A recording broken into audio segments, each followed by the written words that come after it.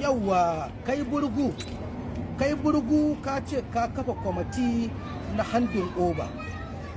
Kai burgu ka taɓa mai martaba injiniya Dr. Rabi'u Musa Kwankwaso. Kai burgu ka taɓa malami bafadan Allah mai girma Sardaunan Kano Malam Ibrahim Shekarau. Kai burgu ka taɓa mana iyayenmu da sarakunanmu na jihar Kano masu arziki. Sannan burgu ka zo ka yi muguwan nufaƙa a kanmu, ka yi mummunan shiri cewar idan kuka karba ga irin abin da za ku yi mana.